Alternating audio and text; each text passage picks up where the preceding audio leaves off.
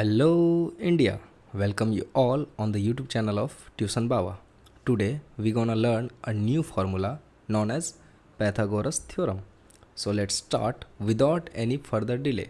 You all know the great Greek philosophers Pythagoras, who is born in 570 BC to 495 BC. So let's start the topic. Today we learn how to prove the Pythagoras theorem, and you all aware about that from the beginning of your schooling careers.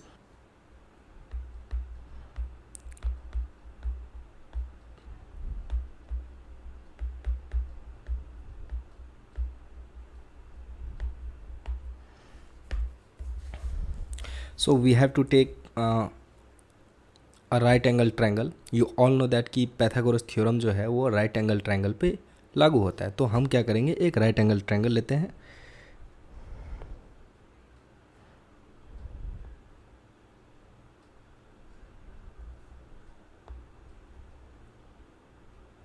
Okay, सो जो smaller size है उसको हम मान लेते हैं ए, जो bigger size है उसको मान लेते हैं बी, और जो सबसे बिगेस्ट साइज है जो उसको हाइपोटेनियस बोलते हैं उसको मान लेते हैं हम सी.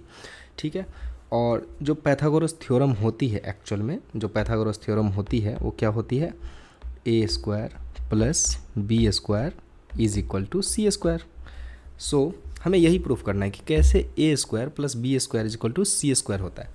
सो आपको दो चीज़ें बस आनी चाहिए ये फॉर्मूला समझने के लिए. वो ये है कि, और ये आप यूज़ भी करेंगे, मैं जब आपको बताऊंगा तो आपको यूज़ भी करना है. किसी देखिए, area of right angle triangle क्या होता है, 1/2 इंटू बी यानी बेस इंटू एच, एच यानी हाइट. ओके, सो ये फॉर्मूला एक आना चाहिए. दूसरा आपको बहुत इजी है कि area of square, area of square वो आपको आना चाहिए.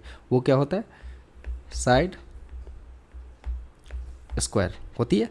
ये दो फॉर्मूला अगर आती है आपको तो आप इजीली समझ जाएंगे कि कैसे पैथागोरस थ्योरम को प्रूफ किया जाता है. ठीक है, एक बार आप फिर से देख लें. देन फिर से हम ट्रायंगल क्रिएट करते हैं, वही ट्रायंगल.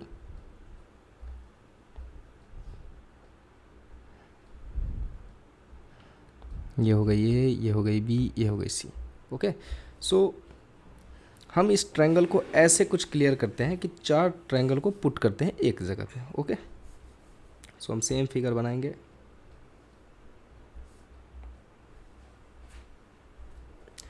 ये हो गई ए, ये हो गई बी, ये हो गई सी. ओके, देन इसको कुछ ऐसे रखेंगे कि यहाँ पे फिर से ए आ जाए, एंड ये जो है वो बी हो जाए. तो ये फिर से कुछ एरिया बनी जिसमें ये सी हो गए, ये ए हो गया और ये बी हो गया.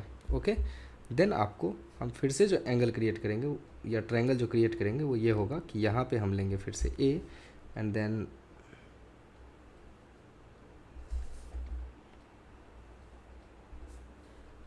ये लेंगे हम बी, और ये लेंगे सी, और फिर ये सी को यहाँ से मिलाएंगे. आई थिंक टेढ़ा हो गया. ये सी को यहाँ से हम कन्वर्ज करेंगे, एंड देन यहाँ से लेंगे आपको ए, एंड देन फिर इसको जो बच गया वो मिला देना है. ओके,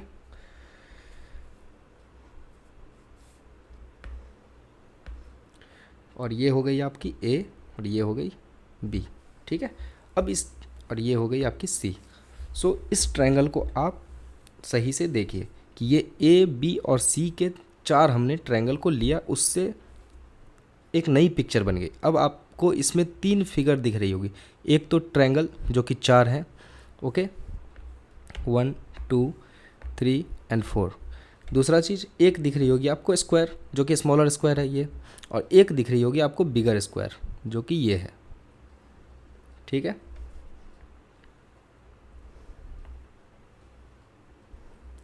अब इसी चीज़ से हम प्रूफ करेंगे कि कैसे पैथागोरस थ्योरम आती है. अब आपको बस देखते जाना इस पिक्चर को माइंड में रख के.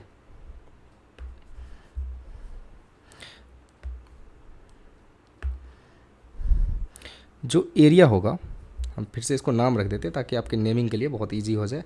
अगर नाम हम रखें इसको तो ये हो जाएंगे आपके P, ये हो जाएंगे Q, ये हो जाएंगे R और ये हो जाएंगे S, जो ऑटर वाले आपके स्क्वायर हैं, ऑटर स्क्वायर। इसका नाम हमने रख लिया PQRS। और जो इनर स्क्वायर है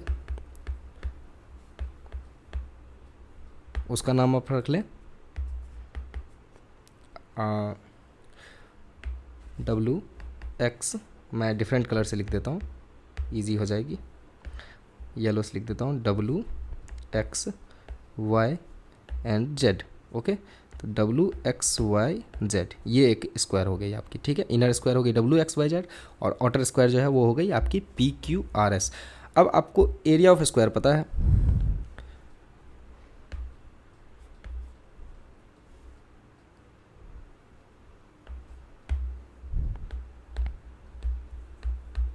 एरिया ऑफ स्क्वायर क्या होता है, साइड स्क्वायर। तो जो आपके एरिया ऑफ स्क्वायर है उसमें जो आपके पहले वाले थे बड़े वाले साइज थे उसका क्या नाम था, PQRS। PQRS और PQRS में आप अगर ध्यान दो सही से तो पर साइड क्या है, एक साइड की क्या है लेंथ, एक साइड अगर मैं बोलूँ कि ये जो साइड है इसकी लेंथ क्या है, इसकी लेंथ है, आप ध्यान से देखो तो ये लेंथ रही इसकी A और ये लेंथ रही इसकी B, तो इसकी लेंथ हम कह सकते हैं कि A+B है ना। और सेम देखो आप, इसकी लेंथ है आपको B और इसकी लेंथ है A और ये दोनों मिलके ही तो एक लाइन बना रही है जिसको बोलते हैं A+B। और यही चीज़ चारों तरफ है, इधर भी ये है देखो A और ये है B, तो इसकी भी साइड जो हो गई वो हो गई A+B और सेम ये जो है A और ये है B, इसकी साइड हो गई A+B। तो इसीलिए हम इसको स्क्वायर बोलते हैं कि A+B जो है ये चारों साइड है। और एरिया क्या होता है A+B, मतलब स्क्वायर का एरिया क्या होता है, A जो साइड है उसकी होल स्क्वायर। तो साइड क्या था हमारा A+B और A+B का होल स्क्वायर क्या होता है A² + B² और +2AB। ओके, अब याद रहेगी आपको, ये हमने निकाला आउटर एरिया जो है हमारे स्क्वायर की उसकी। अब हम इनर एरिया पे चलते हैं, जो एरिया ऑफ इनर स्क्वायर है, area of square, inner square का क्या नाम रखा था आपने, WXYZ। ओके, सो WXYZ जो है उसकी एरिया क्या हो जाएगी, आप देखो WXYZ में क्या है, WXYZ की जो प्रत्येक साइड है उसका जो लेंथ हमने रखा है वो कितना है, C है। ये जो प्रत्येक साइड है उसका लेंथ क्या है, देखो आप, ये C है, ये C, ये C, ये सारे में C है। तो इनर स्क्वायर का एरिया क्या हो जाएगा, C का होल स्क्वायर, जो क्या हो जाएगी C²। ओके, सो और अब एक चीज़ बच गई इस पूरे एरिया में, हमने बताया कि 3 फिगर हैं, आपको ध्यान देना है। तो एक तो इनर एरिया ऑफ स्क्वायर, एक आउटर एरिया ऑफ स्क्वायर और तीसरा जो बच गया वो है ट्रायंगल। और वो ट्रायंगल कितने हैं, 4 हैं ट्रायंगल। और ट्रायंगल के साइड्स क्या हैं, A और B। आप ध्यान दो कि ये 90 डिग्री है हर जगह, ये जो है 90 डिग्री है। इसका मतलब है कि ये जो है वो राइट एंगल ट्रायंगल है और राइट एंगल ट्रायंगल ही हमने मान के स्टार्टिंग से इसको आगे बढ़ाया है। तो एरिया ऑफ जो राइट एंगल ट्रायंगल होता है, आपने स्टार्टिंग में ही लिखा था area of right angle triangle, वो क्या होती है 1/2 इंटू B इंटू H। तो यहाँ पे 1/2 इंटू B क्या थी, B तो B ही थी और H क्या थी, A थी, ठीक है। लेकिन ये टोटल है कितने ट्रायंगल, ये तो एक ट्रायंगल की एरिया निकली, 1 ट्रायंगल की एरिया। लेकिन यहाँ पे टोटल कितने ट्रायंगल हैं, 4 ट्रायंगल हैं। तो 4 ट्रायंगल की एरिया क्या हो जाएगी 1/2 into B into A into 4। तो 2 से ये 4 जो है वो कैंसिल हो जाएगा 2 टाइम्स में, ठीक है। इसकी जो ये टोटल 4 ट्रायंगल की जो एरिया निकलेगी वो कितनी निकलेगी 2AB, ठीक है। अब आपको ध्यान में रहेगी, एक आपके रिजल्ट जो निकले वो निकले 2AB, किसका एरिया हो गया, टोटल जो चारों ट्रायंगल थे उसके एरिया कितने हो गए 2AB। जो एरिया ऑफ स्क्वायर थे WXYZ इनर एरिया उसका था C² और जो बड़े एरिया था उसका था A² + B² + C²। अब इस पिक्चर को आप एक बार फिर से ध्यान से देखो, और ये पिक्चर जो है कुछ और नहीं है, PQRS में वो 4 ट्रायंगल और प्लस जो इनर स्क्वायर है इस दोनों का समेसन है। इस दोनों को आप जब ऐड करोगे तो बड़ा वाला एरिया बनेगा। तो अब हम वही चीज़ फिर से लिखते हैं, ठीक है। इसी में अगर हम फर्दर आगे बढ़े तो आप देखो कि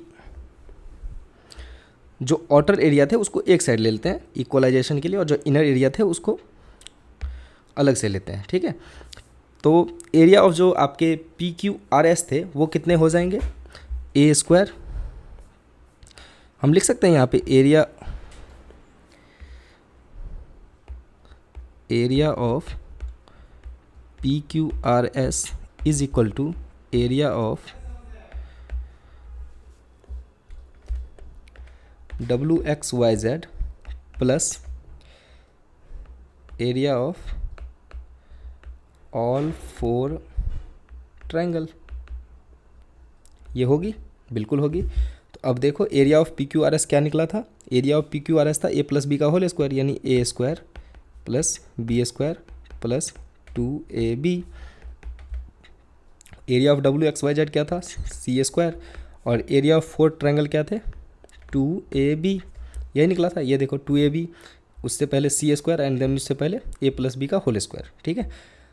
देन अब आप दो चीज़ कर सकते हो, या तो इस 2AB को इधर जो राइट हैंड साइड में 2AB है, ये जो RHS है और ये जो LHS है, इसमें जो RHS वाले 2AB हैं उसको आप या तो लेफ्ट साइड ला लो या तो यहीं से आप कैंसिल आउट कर सकते हो। फिर भी मैं आपके सुविधा के लिए इसको लेफ्ट साइड ला लेता हूँ, A square plus B square plus 2AB, और ये जो एरिया है मतलब 2AB है, ये इधर आएंगे तो माइनस 2AB हो जाएगा, क्योंकि साइड चेंज होने पे क्या होती है, माइनस में बदल जाती है। तो ये हो गए। अब देखो ये माइनस के और ये प्लस के कैंसिल आउट हो गए। अब जो आपके पास बच गए, उसको मैं न्यू पेज में दिखा देता हूँ वो क्या बच गए। अब जो आपके पास बच गए वो हो गए A square plus B square प्लस C स्क्वायर, और यही तो पैथागोरस थ्योरम कहती है कि A square plus B square plus is equal to C square. इसे प्रूफ करना कितना ईजिली है, थ्रू द पिक्टोरियल मेथड आपको ये समझना होगा। यहाँ पे आप लिख सकते हो हेंस प्रूव्ड। आई होप आप लोगों को ये समझ में आई होगी। सो अगर किसी टाइप के कोई क्वेश्चन है तो आप आराम से मुझसे पूछ सकते हैं। And if you like the videos please do like, share and subscribe. और इसकी PDF जो है आपको नीचे लिंक में मिल जाएगी। Okay, thank you and keep watching, keep learning.